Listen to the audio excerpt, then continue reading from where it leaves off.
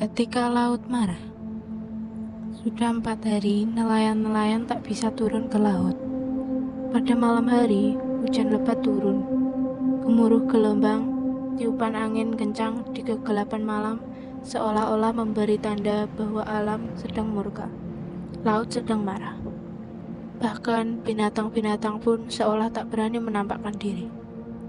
Nelayan-nelayan miskin yang menggantungkan rezekinya pada laut setiap hari bersusah hati. Ibu-ibu nelayan terpaksa merelakan menjual emas simpanannya yang hanya 1-2 gram untuk membeli kebutuhan sehari-hari. Mereka yang tak punya benda berharga terpaksa meminjam pada lintas darat. Namun selama hari-hari sulit itu, ada pesta di rumah Pak Yus. Tak ada yang menikah, tak ada yang ulang tahun, dan Pak Yus juga bukan orang kaya. Pak Yus hanyalah nelayan biasa seperti para tetangganya. Pada hari-hari sulit itu, Pak Yus menyuruh istrinya memasak nasi dan beberapa macam lauk pauk banyak-banyak. Lalu ia mengundang anak-anak tetangga yang berkekurangan untuk makan di rumahnya. Dengan demikian, rengek tangis anak yang lapar tak terdengar lagi, diganti dengan perut kenyang dan wajah berseri-seri. Kini tibalah hari kelima. Pagi-pagi Ibu Yus memberi laporan. Pak, uang kita tinggal 20.000. Kalau hari ini tidak menyediakan makanan lagi untuk anak-anak tetangga, besok kita sudah tidak punya uang. Belum tentu nanti sore Bapak bisa melaut. Pak Yus terdiam sejenak. Sosok tubuhnya yang hitam kukuh melangkah keluar rumah, memandang ke arah pantai dan memandang ke langit. Nun jauh di sana segumpal awan hitam menjanjikan cuaca buruk nanti petang. Kemudian ia masuk ke rumah dan berkata, "Mantap. Ibu pergi saja ke pasar dan berbelanja seperti kemarin. Ajak anak-anak tetangga untuk makan. Urusan besok jangan dirisaukan." Ibu Yus pergi ke dapur dan mengambil keranjang pasar. Seperti biasa, ia patuh pada perintah suaminya. Selama ini Pak Yus sanggup mengatasi kesulitan apapun. Sementara itu, Pak Yus masuk ke kamar dan berdoa. Ia memohon agar Tuhan memberikan cuaca yang baik nanti petang dan malam.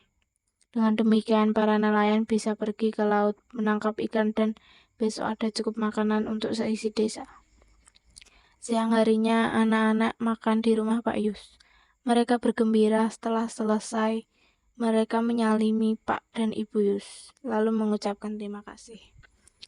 "Pak Yus, apakah besok kami boleh makan di sini lagi?" Seorang gadis kecil yang menggendong adiknya bertanya. Matanya yang bersinar hitam memandang penuh harap. Ibu Yus tersenyum sedih. Ia tak tahu harus menjawab apa. Tapi dengan mantap dan suaranya yang besar dan berat, Pak Yus berkata, "Tidak, Titi, besok kamu akan makan di rumahmu dan semua anak ini akan makan enak di rumahnya masing-masing." Titi dan adiknya tersenyum. Mereka percaya pada perkataan Pak Yus.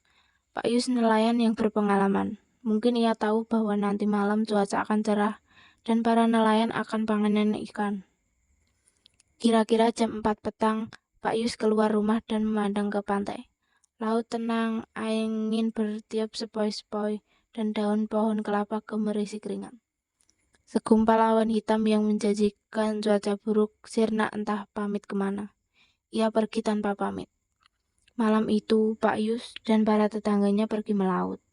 Perahu meluncur tenang. Para nelayan berhasil menangkap banyak ikan.